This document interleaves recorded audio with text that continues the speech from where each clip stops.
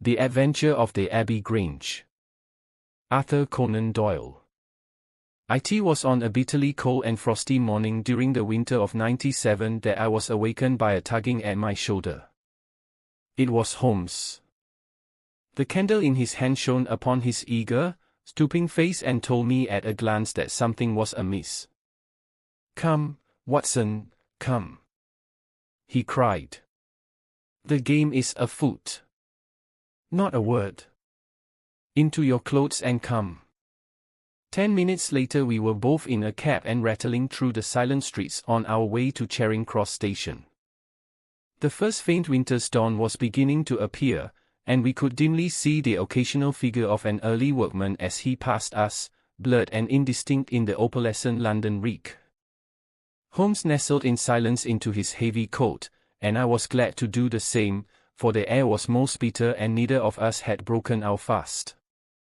It was not until we had consumed some hot tea at the station, and taken our places in the Kentish train, that we were sufficiently taught, he to speak and I to listen. Holmes drew a note from his pocket and read it aloud. "Abbey Grange, Marsham, Kent, 3:30 a.m. My dear Mr. Holmes, I should be very glad of your immediate assistance in what promises to be a most remarkable case. It is something quite in your line. Except for releasing the lady, I will see that everything is kept exactly as I have found it, but I beg you not to lose an instant, as it is difficult to leave Sir Eustace there. Yours faithfully, Stanley Hopkins." Hopkins has called me in 7 times, and on each occasion his summons has been entirely justified, said Holmes. "I fancy that every one of his cases has found its way into your collection, and I must admit, Watson, that you have some power of selection which atones for much which I deplore in your narratives. Your fatal habit of looking at everything from the point of view of a story instead of as a scientific exercise has ruined what might have been an instructive and even classical series of demonstrations. You slur over work of the utmost finesse and delicacy in order to dwell upon sensational details which may excite, but cannot possibly instruct, the reader. Why do you not write them yourself?" I said, with some bitterness. "I will, my dear Watson, I will. At present I am, as you know, fairly busy, but I propose to devote my declining years to the composition of a textbook which shall focus the whole art of detection into one volume. Our present research appears to be a case of murder." "You think this Sir Eustace is dead, then?" "I should say so. Hopkins's writing shows considerable agitation, and he is not an emotional man." "Yes, I gather there has been violence, and that the body is left for our inspection. A mere suicide would not have caused him to send for me. As to the release of the lady, it would appear that she has been locked in her room during the tragedy. We are moving in high life, Watson, crackling paper, EB monogram, coat of arms, picturesque address. I think that friend Hopkins will live up to his reputation and that we shall have an interesting morning. The crime was committed before 12 last night." "How can you possibly tell?" "By an inspection of the trains and by reckoning the time. The local police had to be called in, they had to communicate with Scotland Yard, Hopkins had to go out, and he in turn had to send for me. All that makes a fair night's work. Well, here we are at Chislehurst Station, and we shall soon set our doubts at rest." A drive of a couple of miles through narrow country lanes brought us to a park gate, which was opened for us by an old lodge-keeper, whose haggard face bore the reflection of some great disaster. The avenue ran through a noble park, between lines of ancient elms, and ended in a low, widespread house, pillared in front after the fashion of Palladio. The central part was evidently of a great age and shrouded in ivy, but the large windows showed that modern changes had been carried out, and one wing of the house appeared to be entirely new. The youthful figure and alert, eager face of Inspector Stanley Hopkins confronted us in the open doorway. "I'm very glad you have come, Mr. Holmes. And you too, dear. Watson. But, indeed, if I had my time over again I should not have troubled you, for since the lady has come to herself she has given so clear an account of the affair that there is not much left for us to do. You remember that Lewisham gang of burglars? What, the 3 Randalls? Exactly, the father and 2 sons. It's their work. I have not a doubt of it. They did a job at Sydenham a fortnight ago, and were seen and described. Rather cool to do another so soon and so near, but it is they, beyond all doubt.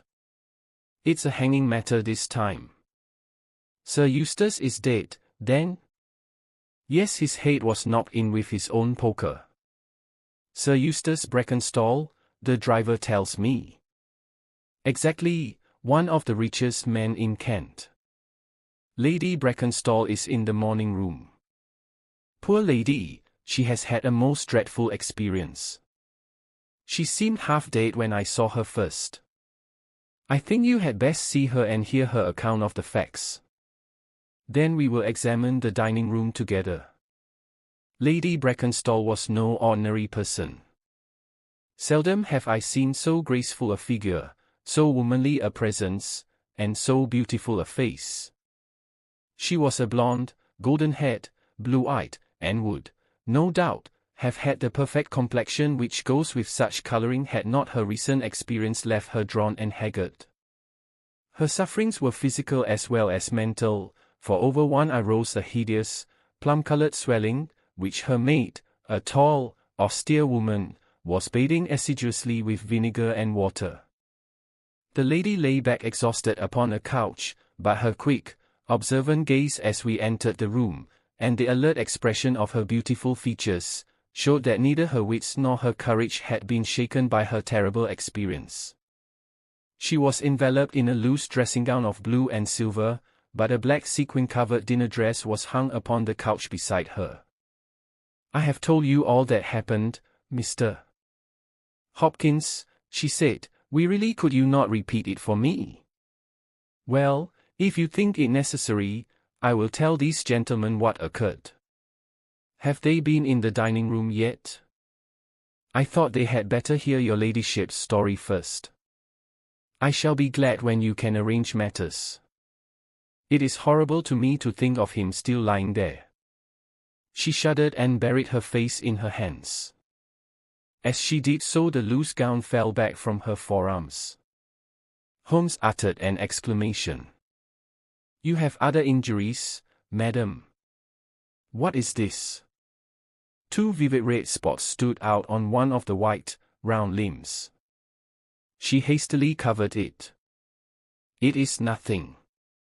It has no connection with the hideous business of last night. If you and your friend will sit down, I will tell you all I can. I am the wife of Sir Eustace Brackenstall. I have been married about a year. I suppose that it is no use my attempting to conceal that our marriage has not been a happy one. I fear that all our neighbors would tell you that, even if I were to attempt to deny it. Perhaps the fault may be partly mine. I was brought up in the freer, less conventional atmosphere of South Australia, and this English life, with its proprieties and its primness, is not congenial to me. But the main reason lies in the one fact which is notorious to everyone, and that is that Sir Eustace was a confirmed drunkard. To be with such a man for an hour is unpleasant. Can you imagine what it means for a sensitive and high-spirited woman to be tied to him for day and night? It is a sacrilege, a crime, a villainy to hold that such a marriage is binding. I say that these monstrous laws of yours will bring a curse upon the land. Heaven will not let such wickedness endure. For an instant she sat up, her cheeks flushed, and her eyes blazing from under the terrible mark upon her brow. Then the strong, soothing hand of the austere maid drew her head down onto the cushion, and the wild anger died away into passionate sobbing. At last she continued, I will tell you about last night. You are aware, perhaps, that in this house all servants sleep in the modern wing. This central block is made up of the dwelling rooms, with the kitchen behind and our bedroom above. My maid Teresa sleeps above my room. There is no one else, and no sound could alarm those who are in the farther wing. This must have been well known to the robbers, or they would not have acted as they did. Sir Eustace retired about 10:30. The servants had already gone to their quarters. Only my maid was up, and she had remained in her room at the top of the house until I needed her services. I sat until after 11 in this room, absorbed in a book. Then I walked round to see that all was right before I went upstairs. It was my custom to do this myself, for, as I have explained, Sir Eustace was not always to be trusted. I went into the kitchen, the butler's pantry, the gun room, the billiard room, the drawing room, and finally the dining room. As I approached the window, which is covered with thick curtains, I suddenly felt the wind blow upon my face and realized that it was open. I flung the curtain aside and found myself face to face with a broad-shouldered, elderly man who had just stepped into the room. The window is a long French one, which really forms a door leading to the lawn. I held my bedroom candle lit in my hand, and, by its light, behind the first man I saw two others, who were in the act of entering. I stepped back, but the fellow was on me in an instant. He caught me first by the wrist and then by the throat. I opened my mouth to scream, but he struck me a savage blow with his fist over the eye, and felled me to the ground. I must have been unconscious for a few minutes, for when I came to myself I found that they had torn down the bell rope and had secured me tightly to the oaken chair which stands at the head of the dining room table. I was so firmly bound that I could not move, and a handkerchief round my mouth prevented me from uttering any sound. It was at this instant that my unfortunate husband entered the room. He had evidently heard some suspicious sounds, and he came prepared for such a scene as he found. He was dressed in his shirt and trousers, with his favorite blackthorn cudgel in his hand.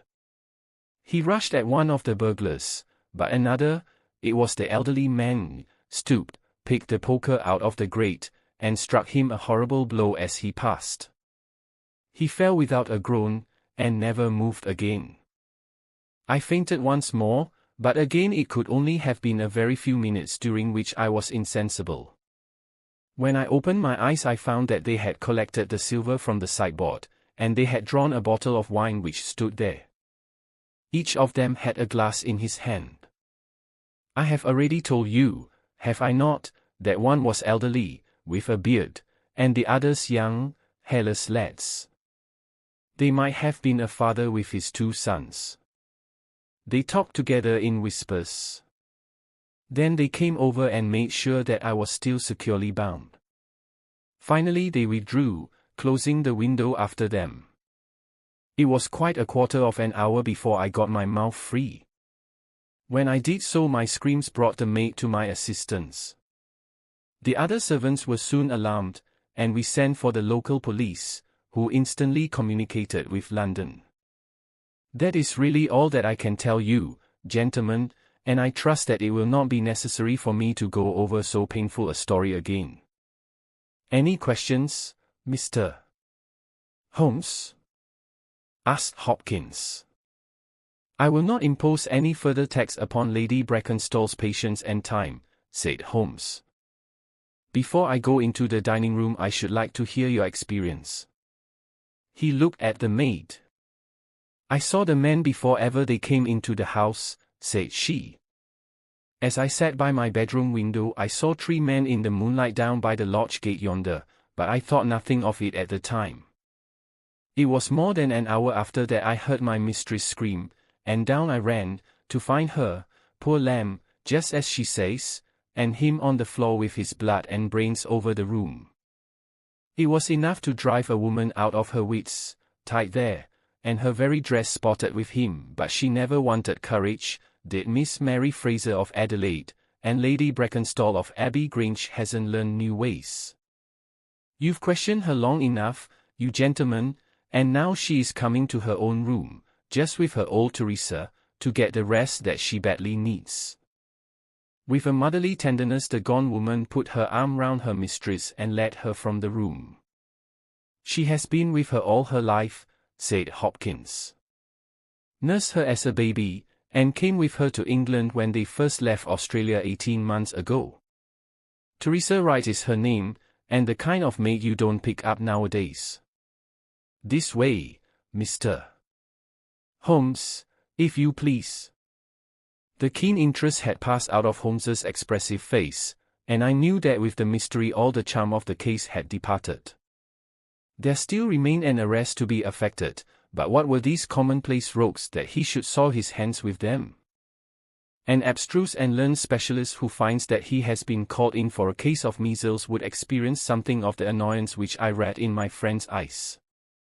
Yet the scene in the dining room of the Abbey Grange was sufficiently strange to arrest his attention and to recall his waning interest. It was a very large and high chamber, with carved oak ceiling, oaken panelling, and a fine array of deer's heads and ancient weapons around the walls. At the farther end from the door was the high French window of which we had heard. 3 smaller windows on the right-hand side filled the apartment with cold winter sunshine. On the left was a large, deep fireplace, with a massive, overhanging oak mantelpiece. Beside the fireplace was a heavy oaken chair with arms and crossbars at the bottom. In and out through the open woodwork was woven a crimson cord, which was secured at each side to the crosspiece below. In releasing the lady the cord had been slipped off her, but the knots with which it had been secured still remained. These details only struck our attention afterwards, for our thoughts were entirely absorbed by the terrible object which lay upon the tiger-skin hearthrug in front of the fire. It was the body of a tall, well-made man, about 40 years of age. He lay upon his back, his face upturned, with his white teeth grinning through his short black beard. His 2 clenched hands were raised above his head, and a heavy blackthorn stick lay across them. His dark, handsome, aquiline features were convulsed into a spasm of vindictive hatred, which had set his dead face in a terribly fiendish expression. He had evidently been in his bed when the alarm had broken out, for he wore a foppish embroidered nightshirt, and his bare feet projected from his trousers. His head was horribly injured, and the whole room bore witness to the savage ferocity of the blow which had struck him down. Beside him lay the heavy poker, bent into a curve by the concussion. Holmes examined both it and the indescribable wreck which it had wrought. "He must be a powerful man, this elder Randall," he remarked. "Yes," said Hopkins. "I have some record of the fellow, and he is a rough customer. You should have no difficulty in getting him." "Not the slightest. We have been on the lookout for him, and there was some idea that he had got away to America. Now that we know the gang are here, I don't see how they can escape.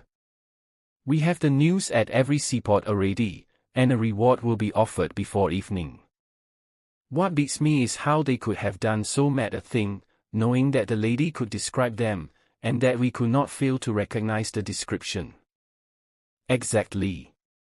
One would have expected that they would have silenced Lady Brackenstall as well." "They may not have realized," I suggested, "that she had recovered from her faint." "That is likely enough. If she seemed to be senseless, they would not take her life." "What about this poor fellow, Hopkins? I seem to have heard some queer stories about him." "He was a good-hearted man when he was sober, but a perfect fiend when he was drunk, or rather when he was half drunk, for he seldom really went the whole way. The devil seemed to be in him at such times, and he was capable of anything. From what I hear, in spite of all his wealth and his title, he very nearly came our way once or twice. There was a scandal about his drenching a dog with petroleum and setting it on fire, her ladyship's dog, to make the matter worse, and that was only hushed up with difficulty. Then he threw a decanter at that maid, Teresa Wright. There was trouble about that. On the whole, and between ourselves, it will be a brighter house without him." "What are you looking at now?" Holmes was down on his knees examining with great attention the knots upon the red cord with which the lady had been secured. Then he carefully scrutinized the broken and frayed end where it had snapped off when the burglar had dragged it down. When this was pulled down, the bell in the kitchen must have rung loudly, he remarked. No one could hear it. The kitchen stands right at the back of the house. How did the burglar know no one would hear it? How dared he pull at a bell rope in that reckless fashion? Exactly, Mr. Holmes, exactly. You put the very question which I have asked myself again and again. There can be no doubt that this fellow must have known the house and its habits. He must have perfectly understood that the servants would all be in bed at that comparatively early hour, and that no one could possibly hear a bell ring in the kitchen. Therefore he must have been in close league with one of the servants. Surely that is evident. But there are 8 servants, and all of good character. Other things being equal, said Holmes, one would suspect the one at whose head the master threw a decanter. And yet that would involve treachery towards the mistress to whom this woman seems devoted. Well, the point is a minor one, and when you have Randall you will probably find no difficulty in securing his accomplice. The lady's story certainly seems to be corroborated, if it needed corroboration, by every detail which we see before us. He walked to the French window and threw it open. There are no signs here, but the ground is iron hard, and one would not expect them. I see that these candles on the mantelpiece have been lighted. Yes, it was by their light and that of the lady's bedroom candle that the burglars saw their way about. And what did they take? Well, they did not take much, only half a dozen articles of plate off the sideboard. Lady Brackenstall thinks that they were themselves so disturbed by the death of Sir Eustace that they did not ransack the house as they would otherwise have done. No doubt that is true. And yet they drank some wine, I understand. To steady their own nerves. Exactly. These 3 glasses upon the sideboard have been untouched, I suppose? Yes, and the bottle stands as they left it. Let us look at it. Hello. What is this? The 3 glasses were grouped together, all of them tinged with wine, and one of them containing some dregs of beeswing. The bottle stood near them, 2/3 full, and beside it lay a long, deeply stained cork. Its appearance and the dust upon the bottle showed that it was no common vintage which the murderers had enjoyed. A change had come over Holmes's manner. He had lost his listless expression, and again I saw an alert light of interest in his keen, deep-set eyes. He raised the cork and examined it minutely. How did they draw it? He asked. Hopkins pointed to a half-open drawer. In it lay some table linen and a large corkscrew. Did Lady Brackenstall say that screw was used? No, you remember that she was senseless at the moment when the bottle was opened. Quite so. As a matter of fact, that screw was not used. This bottle was opened by a pocket screw, probably contained in a knife, and not more than 1.5 inches long. If you examine the top of the cork you will observe that the screw was driven in 3 times before the cork was extracted. It has never been transfixed. This long screw would have transfixed it and drawn it with a single pull. When you catch this fellow you will find that he has one of these multiplex knives in his possession. Excellent, said Hopkins. But these glasses do puzzle me, I confess. Lady Brackenstall actually saw the 3 men drinking, did she not? Yes, she was clear about that. Then there is an end of it. What more is to be said? And yet you must admit that the 3 glasses are very remarkable, Hopkins. What, you see nothing remarkable? Well, let it pass. Perhaps when a man has special knowledge and special powers like my own, it rather encourages him to seek a complex explanation when a simpler one is at hand. Of course, It must be a mere chance about the glasses. Well, good morning, Hopkins. I don't see that I can be of any use to you, and you appear to have your case very clear. You will let me know when Randall is arrested, and any further developments which may occur. I trust that I shall soon have to congratulate you upon a successful conclusion. Come, Watson, I fancy that we may employ ourselves more profitably at home. During our return journey I could see by Holmes's face that he was much puzzled by something which he had observed.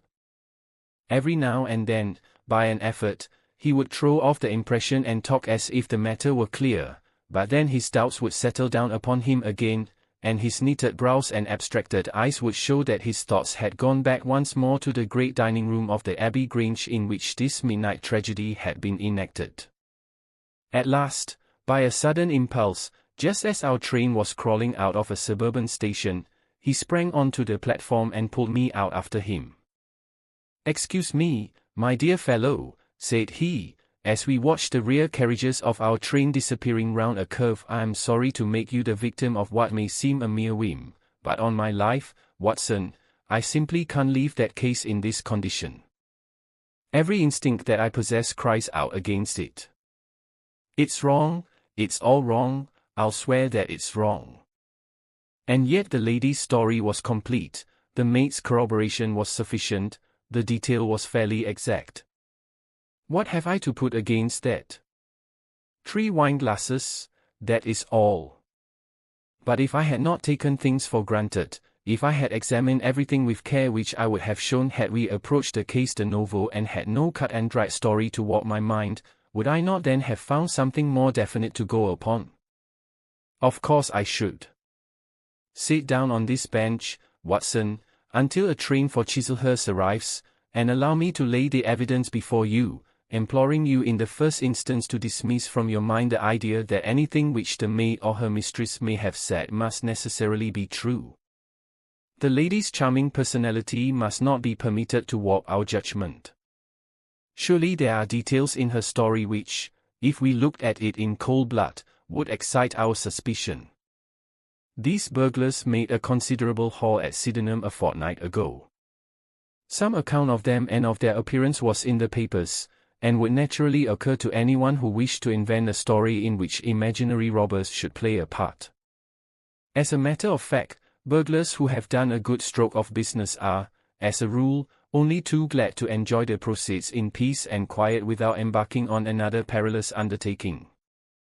Again, it is unusual for burglars to operate at so early an hour. It is unusual for burglars to strike a lady to prevent her screaming, since one would imagine that was the sure way to make her scream. It is unusual for them to commit murder when their numbers are sufficient to overpower one man. It is unusual for them to be content with a limited plunder when there is much more within their reach. And finally, I should say that it was very unusual for such men to leave a bottle half empty. How do all these unusuals strike you, Watson? Their cumulative effect is certainly considerable, and yet each of them is quite possible in itself. The most unusual thing of all, as it seems to me, is that the lady should be tied to the chair. Well, I'm not so clear about that, Watson, for it is evident that they must either kill her or else secure her in such a way that she could not give immediate notice of their escape. But at any rate I have shown, have I not, that there is a certain element of improbability about the lady's story? And now on the top of this comes the incident of the wineglasses. What about the wineglasses? Can you see them in your mind's eye? I see them clearly. We are told that 3 men drank from them. Does that strike you as likely? Why not? There was wine in each glass. Exactly, but there was beeswing only in one glass. You must have noticed that fact. What does that suggest to your mind? The last glass filled would be most likely to contain beeswing. Not at all. The bottle was full of it, and it is inconceivable that the first 2 glasses were clear and the third heavily charged with it. There are 2 possible explanations, and only 2. One is that after the second glass was filled the bottle was violently agitated, and so the third glass received the B-swing. That does not appear probable. No, no, I am sure that I am right. What, then, do you suppose? That only 2 glasses were used, and that the dregs of both were poured into a third glass, so as to give the false impression that 3 people had been here. In that way all the B-swing would be in the last glass, would it not? Yes, I'm convinced that this is so. But if I have hit upon the true explanation of this one small phenomenon, then in an instant the case rises from the commonplace to the exceedingly remarkable, for it can only mean that Lady Brackenstall and her maid have deliberately lied to us, that not one word of their story is to be believed, that they have some very strong reason for covering the real criminal, and that we must construct our case for ourselves without any help from them. That is the mission which now lies before us, and here, Watson, is the Chislehurst train. The household of the Abbey Grange were much surprised at our return, but Sherlock Holmes, finding that Stanley Hopkins had gone off to report to headquarters, took possession of the dining room, locked the door upon the inside, and devoted himself for 2 hours to one of those minute and laborious investigations which formed the solid basis on which his brilliant edifices of deduction were reared. Seated in a corner like an interested student who observes the demonstration of his professor, I followed every step of that remarkable research. The window, the curtains, the carpet, the chair, the rope, each in turn was minutely examined and duly pondered. The body of the unfortunate baronet had been removed, but all else remained as we had seen it in the morning. Then, to my astonishment, Holmes climbed up onto the massive mantelpiece. Far above his head hung the few inches of red cord which were still attached to the wire. For a long time he gazed upward at it, and then in an attempt to get nearer to it he rested his knee upon a wooden bracket on the wall. This brought his hand within a few inches of the broken end of the rope, but it was not this so much as the bracket itself which seemed to engage his attention. Finally he sprang down with an ejaculation of satisfaction. "It's all right, Watson," said he. "We have got our case, one of the most remarkable in our collection. But, dear me, how slow-witted I have been, and how nearly I have committed the blunder of my lifetime. Now, I think that with a few missing links my chain is almost complete. You have got your man?" "Man, Watson, man. Only one, but a very formidable person. Strong as a lion, witness the blow that bent that poker. 6'3" in height, active as a squirrel, dexterous with his fingers finally, remarkably quick-witted, for this whole ingenious story is of his concoction. Yes, Watson, we have come upon the handiwork of a very remarkable individual. And yet in that bell rope he has given us a clue which should not have left us a doubt." "Where was the clue?" "Well, if you were to pull down a bell rope, Watson, where would you expect it to break? Surely at the spot where it is attached to the wire. Why should it break 3 inches from the top as this one has done? Because it is frayed there." "Exactly. This end, which we can examine, is frayed. He was cunning enough to do that with his knife. But the other end is not frayed. You could not observe that from here, but if you were on the mantelpiece you would see that it is cut clean off without any mark of fraying whatever. You can reconstruct what occurred. The man needed the rope. He would not tear it down for fear of giving the alarm by ringing the bell. What did he do? He sprang up on the mantelpiece, could not quite reach it, put his knee on the bracket, you will see the impression in the dust, and so got his knife to bear upon the cord. I could not reach the place by at least 3 inches, from which I infer that he is at least 3 inches a bigger man than I. Look at that mark upon the seat of the oaken chair. What is it? Blood. Undoubtedly it is blood. This alone puts the lady's story out of court. If she was seated on the chair when the crime was done, how comes that mark? No, No, she was placed in the chair after the death of her husband. I'll wager that the black dress shows a corresponding mark to this. We have not yet met our Waterloo, Watson, but this is our Marengo, for it begins in defeat and ends in victory.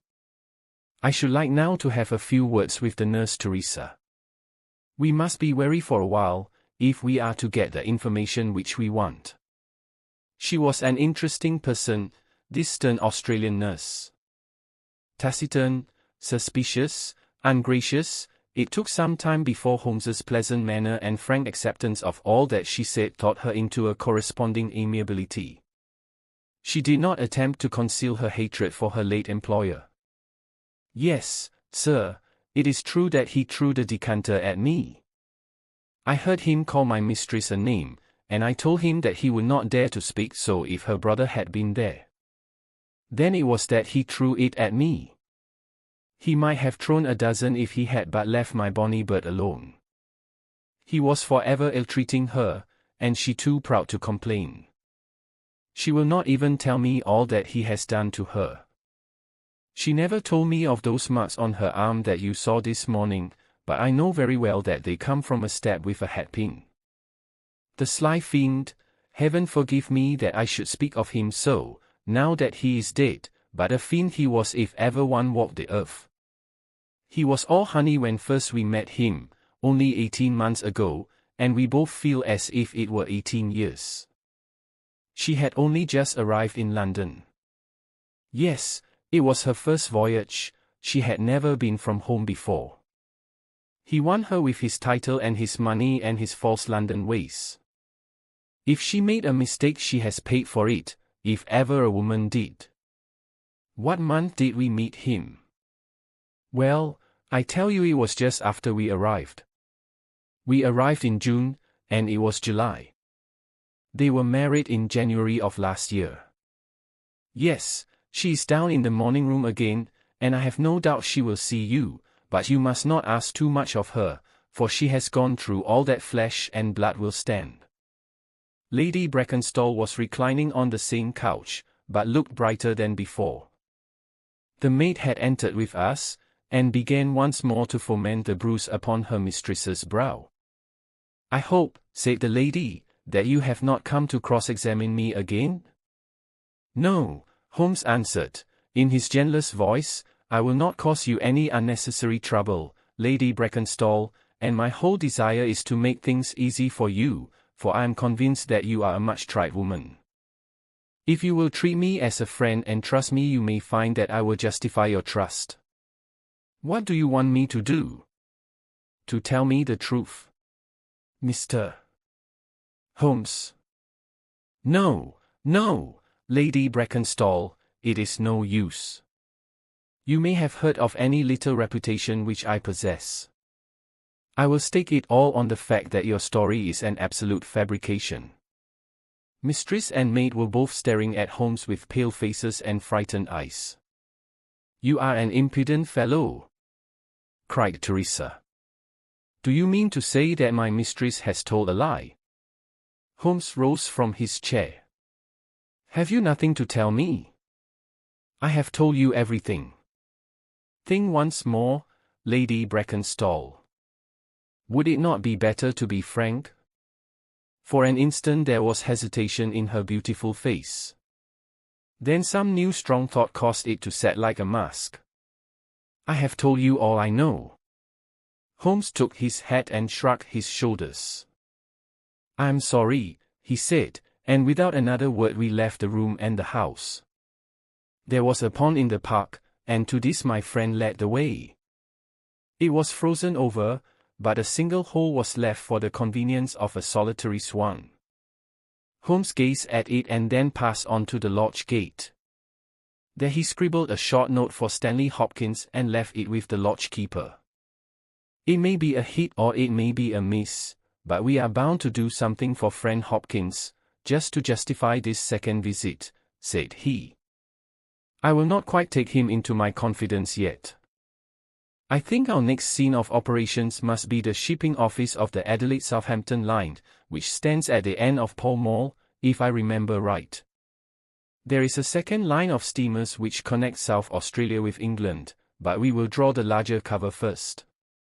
Holmes's card sent in to the manager ensured instant attention, and he was not long in acquiring all the information which he needed. In June of 95 only one of their line had reached a home port. It was the Rock of Gibraltar, their largest and best boat. A reference to the passenger list showed that Miss Fraser of Adelaide, with her mate, had made the voyage in her. The boat was now on her way to Australia, somewhere to the south of the Suez Canal. Her officers were the same as in 95, with one exception. The first officer, Mr. Jack Croker, had been made a captain and was to take charge of their new ship, the Base Rock, sailing in 2 days' time from Southampton. He lived at Sydenham, but he was likely to be in that morning for instructions, if we cared to wait for him. No, Mr. Holmes had no desire to see him, but would be glad to know more about his record and character. His record was magnificent. There was not an officer in the fleet to touch him. As to his character, he was reliable on duty, but a wild, desperate fellow off the deck of his ship, hot-headed, excitable, but loyal, honest, and kind-hearted. There was the pith of the information with which Holmes left the office of the Adelaide Southampton Company. Thence he drove to Scotland Yard, but instead of entering he sat in his cab with his brows drawn down, lost in profound thought. Finally he drove round to the Charing Cross Telegraph Office, sent off a message, and then, at last, we made for Baker Street once more. "No, I couldn't do it, Watson," said he, as we re-entered our room. Once that warrant was made out nothing on earth would save him. Once or twice in my career I feel that I have done more real harm by my discovery of the criminal than ever he had done by his crime. I have learned caution now, and I had rather play tricks with the law of England than with my own conscience. Let us know a little more before we act. Before evening we had a visit from Inspector Stanley Hopkins. Things were not going very well with him. "I believe that you are a wizard, Mr. Holmes. I really do sometimes think that you have powers that are not human. Now, how on earth could you know that the stolen silver was at the bottom of that pond?" "I didn't know it. But you told me to examine it." "You got it, then?" "Yes, I got it." "I am very glad if I have helped you." "But you haven't helped me. You have made the affair far more difficult. What sort of burglars are they who steal silver and then throw it into the nearest pond?" It was certainly rather eccentric behavior. I was merely going on the idea that if the silver had been taken by persons who did not want it, who merely took it for a blind as it were, then they would naturally be anxious to get rid of it. But why should such an idea cross your mind? Well, I thought it was possible. When they came out through the French window there was the pond, with one tempting little hole in the ice, right in front of their noses. Could there be a better hiding place? "Oh, a hiding place, that is better," cried Stanley Hopkins. Yes, I see it all now. It was early, there were folk upon the roads, they were afraid of being seen with the silver, so they sank it in the pond, intending to return for it when the coast was clear." "Excellent, Mr. Holmes, that is better than your idea of a blind." "Quite so, you have got an admirable theory. I have no doubt that my own ideas were quite wild, but you must admit that they have ended in discovering the silver." "Yes, sir, yes. It was all your doing. But I have had a bad setback." "A setback?" "Yes, Mr. Holmes. The Randall gang were arrested in New York this morning." "Dear me, Hopkins. That is certainly rather against your theory that they committed a murder in Kent last night." "It is fatal, Mr. Holmes, absolutely fatal. Still, there are other gangs of three besides the Randalls, or it may be some new gang of which the police have never heard. Quite so, it is perfectly possible. What? Are you off? Yes, Mr. Holmes, there is no rest for me until I have got to the bottom of the business. I suppose you have no hint to give me? I have given you one. Which? Well, I suggested a blind. But why, Mr. Holmes, why? Oh, that's the question, of course. But I commend the idea to your mind. You might possibly find that there was something in it. You won't stop for dinner. Well, goodbye, and let us know how you get on. Dinner was over and the table cleared before Holmes alluded to the matter again. He had lit his pipe and held his slippered feet to the cheerful blaze of the fire. Suddenly he looked at his watch. I expect developments, Watson. When? Now, within a few minutes. I dare say you thought I acted rather badly to Stanley Hopkins just now. I trust your judgment. A very sensible reply, Watson. You must look at it this way. What I know is unofficial, what he knows is official. I have the right to private judgment, but he has none. He must disclose all, or he is a traitor to his service. In a doubtful case I will not put him in so painful a position, and so I reserve my information until my own mind is clear upon the matter. But when will that be? The time has come. You will now be present at the last scene of a remarkable little drama. There was a sound upon the stairs, and our door was opened to admit as fine a specimen of manhood as ever passed through it. He was a very tall young man, golden-moustached, blue-eyed, with a skin which had been burned by tropical suns, and a springy step which showed that the huge frame was as active as it was strong. He closed the door behind him, and then he stood with clenched hands and heaving breast, choking down some overmastering emotion. Sit down, Captain Croker. You got my telegram? Our visitor sank into an armchair and looked from one to the other of us with questioning eyes. I got your telegram, and I came at the hour you said. I heard that you had been down to the office. There was no getting away from you. Let's hear the worst. What are you going to do with me? Arrest me? Speak out, man. You can't sit there and play with me like a cat with a mouse. Give him a cigar, said Holmes. Bite on that, Captain Croker, and don't let your nerves run away with you. I should not sit here smoking with you if I thought that you were a common criminal, you may be sure of that. Be frank with me, and we may do some good. Play tricks with me, and I'll crush you. What do you wish me to do?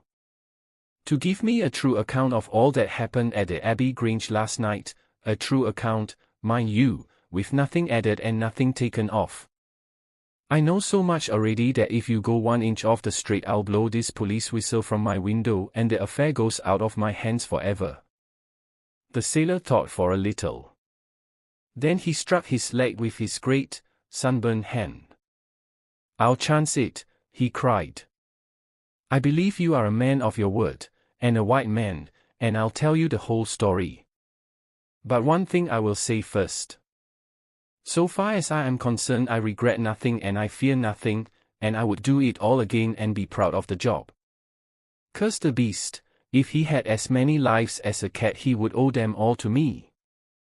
But it's the lady, Mary Fraser, for never will I call her by that accursed name.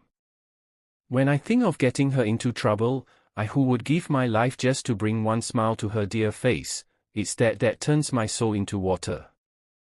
And yet, what less could I do? I'll tell you my story, gentlemen, and then I'll ask you as man to man what less could I do. I must go back a bit. You seem to know everything, so I expect that you know that I met her when she was a passenger and I was first officer of the Rock of Gibraltar. From the first day I met her she was the only woman to me.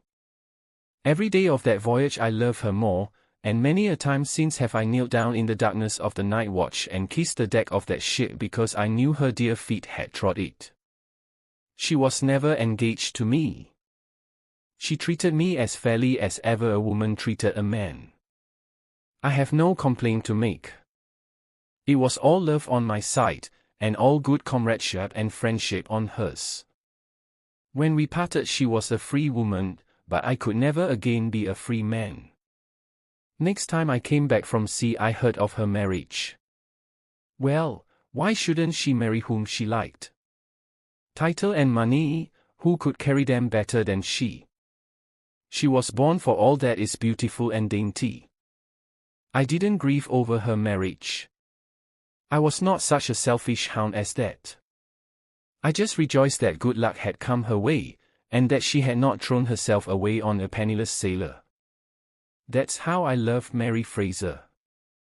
Well, I never thought to see her again, but last voyage I was promoted, and the new boat was not yet launched, so I had to wait for a couple of months with my people at Sydenham. One day out in a country lane I met Teresa Wright, her old maid. She told me about her, about him, about everything. I tell you, gentlemen, it nearly drove me mad. This drunken hound, that he should dare to raise his hand to her whose boots he was not worthy to lick. I met Teresa again. Then I met Mary herself, and met her again. Then she would meet me no more. But the other day I had a notice that I was to start on my voyage within a week, and I determined that I would see her once before I left. Teresa was always my friend, for she loved Mary and hated this villain almost as much as I did. From her I learned the ways of the house. Mary used to sit up reading in her own little room downstairs. I crept round there last night and scratched at the window. At first she would not open to me, but in her heart I know that now she loves me, and she could not leave me in the frosty night. She whispered to me to come round to the big front window, and I found it open before me so as to let me into the dining room. Again I heard from her own lips things that made my blood boil, and again I cursed this brute who mishandled the woman that I loved. Well, gentlemen, I was standing with her just inside the window, in all innocence, as heaven is my judge, when he rushed like a madman into the room, called her the vilest name that a man could use to a woman, and welted her across the face with the stick he had in his hand. I had sprung for the poker, and it was a fair fight between us. See here on my arm where his first blow fell. Then it was my turn, and I went through him as if he had been a rotten pumpkin. Do you think I was sorry? Not I. It was his life or mine, but far more than that it was his life or hers, for how could I leave her in the power of this madman? That was how I killed him. Was I wrong? Well, then, what would either of you gentlemen have done if you had been in my position? She had screamed when he struck her, and that brought old Teresa down from the room above.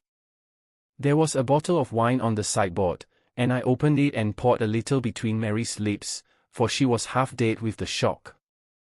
Then I took a drop myself. Teresa was as cool as ice, and it was her plot as much as mine. We must make it appear that burglars had done the thing. Teresa kept on repeating our story to her mistress, while I swarmed up and cut the rope of the bell.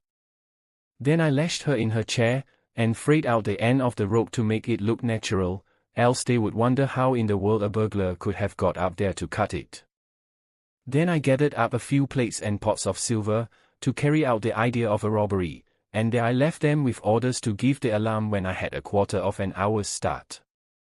I dropped the silver into the pond and made off for Sydenham, feeling that for once in my life I had done a real good night's work.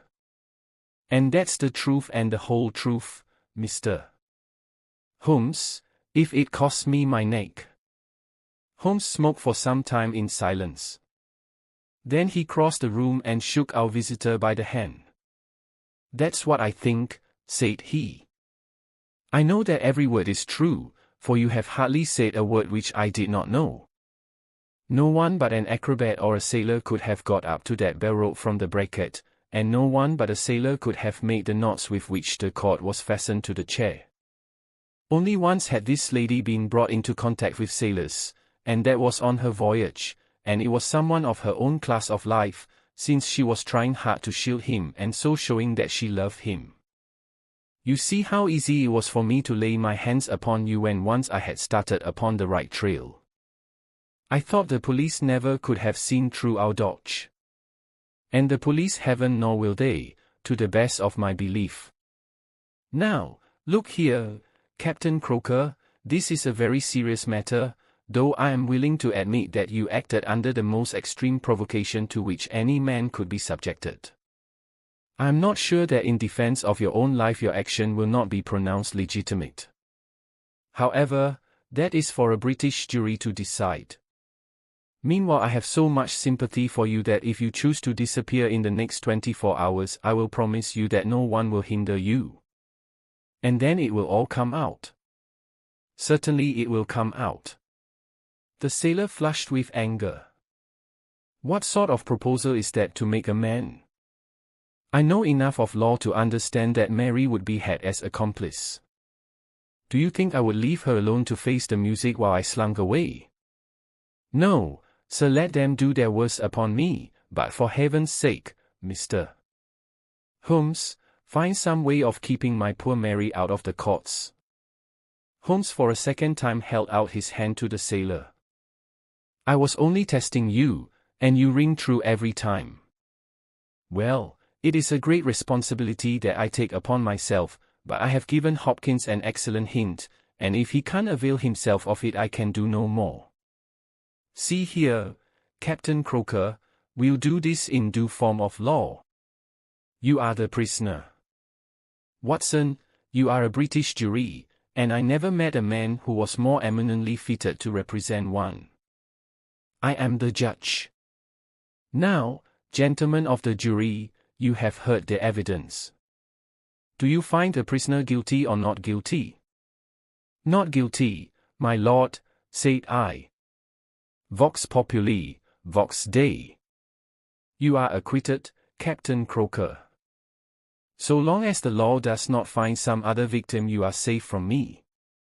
Come back to this lady in a year, and may her future and yours justify us in the judgment which we have pronounced this night."